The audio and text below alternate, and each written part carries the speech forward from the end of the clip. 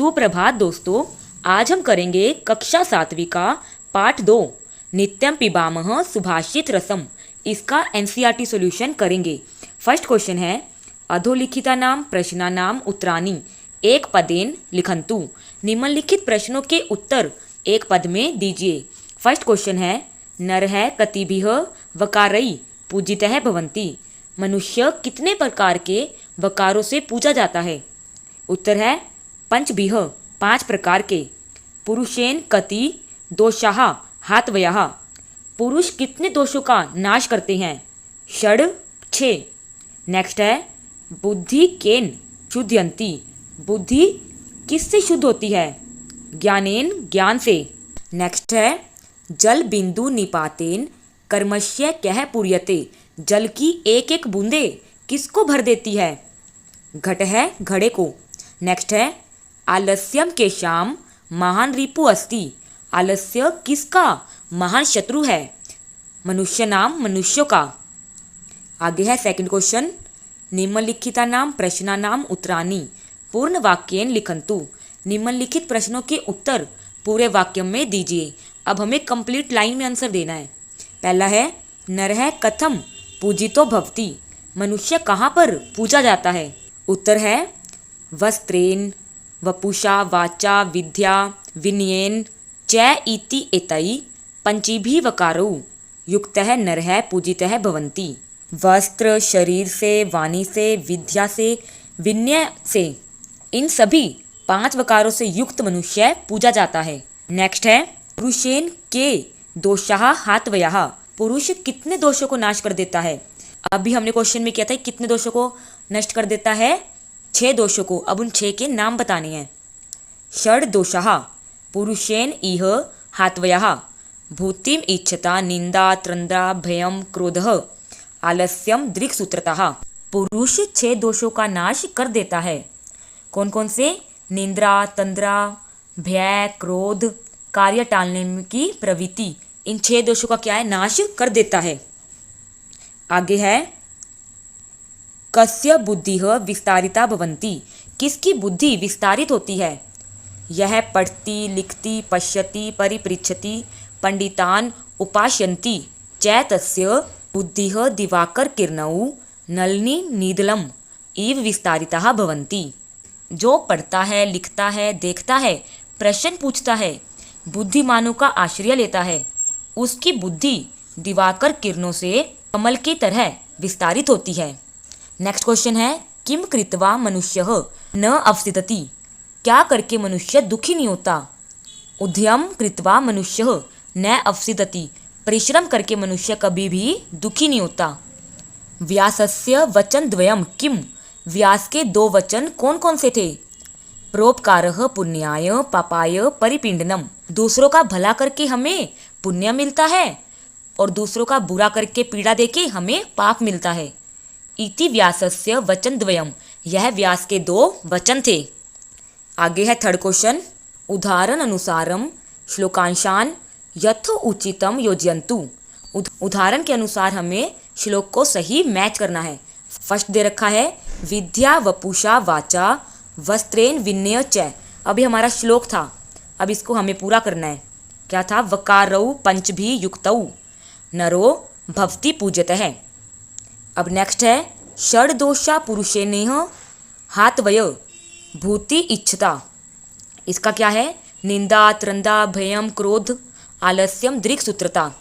Next है अद्भि गात्राणि शुद्धयन्ति मनः सत्येन शुध्यति। इसका है विद्या तपोभ्याम भूतात्मा बुद्धि ज्ञानेन शुद्धयन्ति। नेक्स्ट है उत्तरम यत्र समुद्रस्य हिमान्द्रेश्च वै दक्षिणम। इसका है वृक्षम तद भारत नाम भारती यत्र संतितः। नेक्स्ट है जल बिंदु निपातेन कर्मस्य पूर्यते घटः।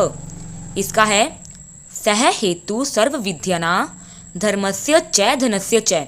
ये थे हमारे लेसन के अकॉर्डिंग श्लोक के मैच।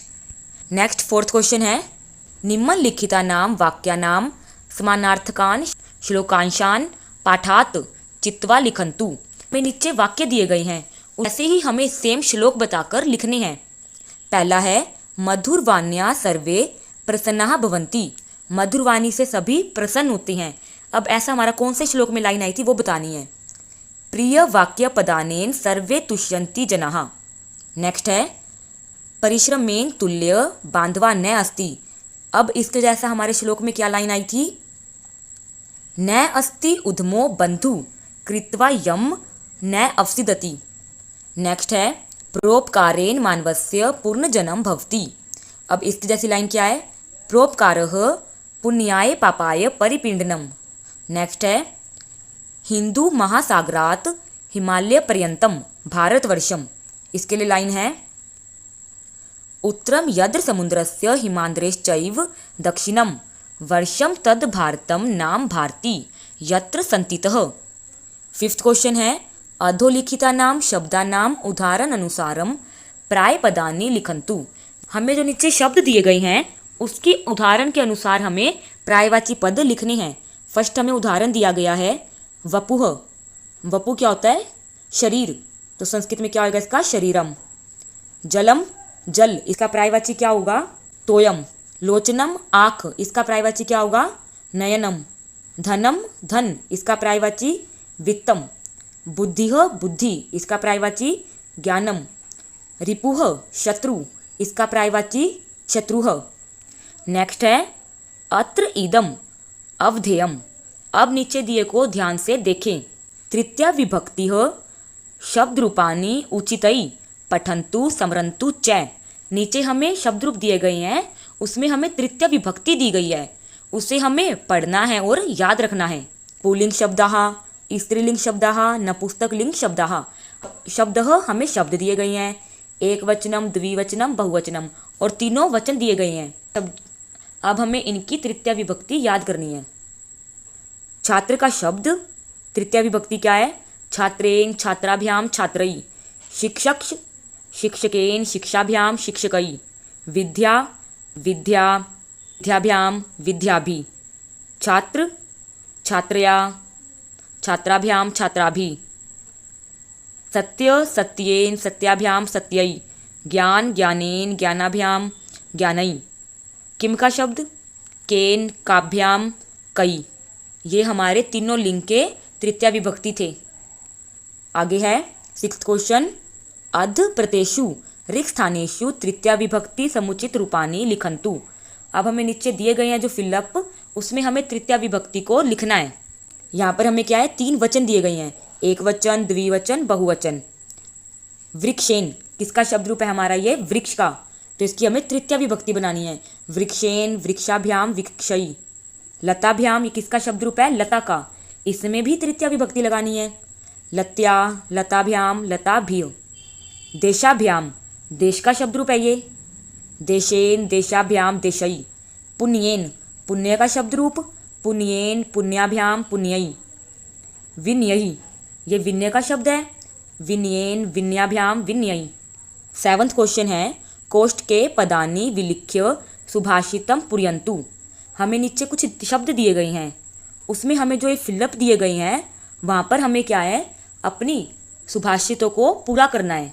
जो हमने लेसन में सुभाषित करी थी ना, उसको ही हमें यहाँ पर क्या है, पूरा करके लिखना है। ये है हमारी सुभाषित। उत्तरम यत्र समुद्रस्य हिमांद्रेश्चैव दक्षिणम वर्षम तद भारतम नाम भारती यत्र संतितः। दूसरी सुभाषित है हमारी प्रिय वाक्य पदानेन सर्वे तुष्यन्ति जन्तव्य तस्मात् तदेव वक्तव्यम वचने का दृढ़ता। ये हमारी क्या थी, दो सुभाषित थी।